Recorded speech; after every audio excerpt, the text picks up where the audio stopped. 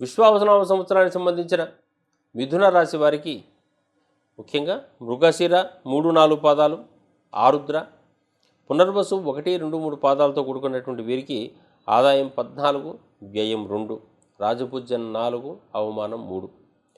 ఈ రాశి వారికి ఈ సంవత్సరం ప్రారంభంలో మే 14 వరకు ఉన్నటువంటి సమయం లోపల వ్యర్థమైనటువంటి ఖర్చులు, వ్యర్థమైన వ్యవహారాలు ఉంటున్నప్పటికీ కూడా అది గురువు వల్ల జరుగుతున్న వంట ఎంతో కొంత పాజిటివిటీ ఉంటుంది. దీంట్లో మంచి పనులు జరుగుతూ ఉంటుంటాయి. సద్వ్యాపారాలు, సద్వ్యవహారాలు, సద్యాత్రలు ఇవన్నీ కూడా జరిగే అవకాశం ఉంటుంది. దాన ధర్మాల వల్ల మేలు కలుగుతుంది. మే 14 తర్వాత కనిపించేటటువంటి విధానం లోపల శ్రమతో కూడుకున్నటువంటి కార్యక్రమాలు ఉంటాయి. ఆత్మవిశ్వాసం పెంచుకునే ప్రయత్నాలు జరుగుతూ ఉంటుంది. గుర్తింపు కోసం చేసే ప్రయత్నాలు పెరుగుతూ ఉంటుంటాయి. అనేక రూపాల లోపల శ్రమ తప్పకపోవచ్చు అనే విషయం గుర్తుపెట్టుకుంటూ ఉండాలి. అయితే ఈ శ్రమ వల్ల మాత్రం తప్పనిసరిగా ఒక ఐడెంటిటీ అనేది ఏర్పడుతూ ఉంటుంది. అది మేలు కలుగుతూ ఉంటుంది. ఇక శని వృత్తి స్థానంలో ఉన్నాడు ఈ సంవత్సరం అంతా కూడా. శ్రమ ఎక్కువగా ఉంటుంది పనుల విషయం లోపల కూడా.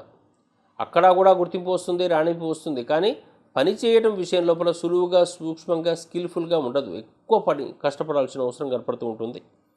రాహు నవమరాశి సంచారం ఎక్కువగా ఉంది. దశమరాశి సంచారం కేవలం రేపు మే 18 వరకు ఉండి తర్వాత నవమరాశి సంచారం కనపడుతూ ఉంది.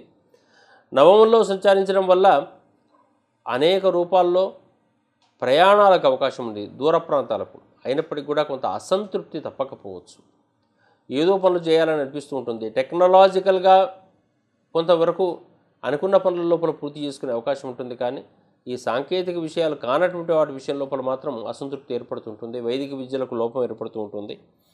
కేతువు చతుర్థ స్థాన సంచారం ప్రస్తుతం మే 18 వరకు ఉన్నప్పటికీ కూడా తర్వాతంతా కూడా తృతీయ స్థాన సంచారం కనపడుతూ ఉంటుంది.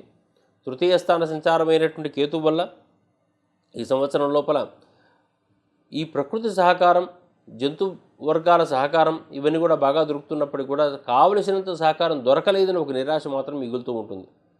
ఏదో కావాలి ఇంకా సహకారం అని చెప్పేసి అనుకున్నప్పటికీ కూడా పరమాత్మ సహకారం కావాలని కోరుకున్నా కానీ ఆశించినంత దొరకదు. కాబట్టి మనసును ఎక్కువగా భగవంతుడి మీద లగ్నం చేసేటట్టయితే ఈ దైవ సహకారం బాగా లభిస్తూ ఉంటుంది.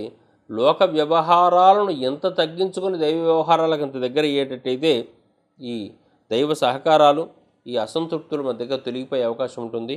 ఆ విషయమై కొంత దైవ ధ్యానం బాగా పెంచుకుంటూ దైవ స్థానాల్లో ఎక్కువసేపు కూర్చుంటూ ధ్యానం చేసుకుంటూ ఉండాల్సిన అవసరం కనపడుతుంది.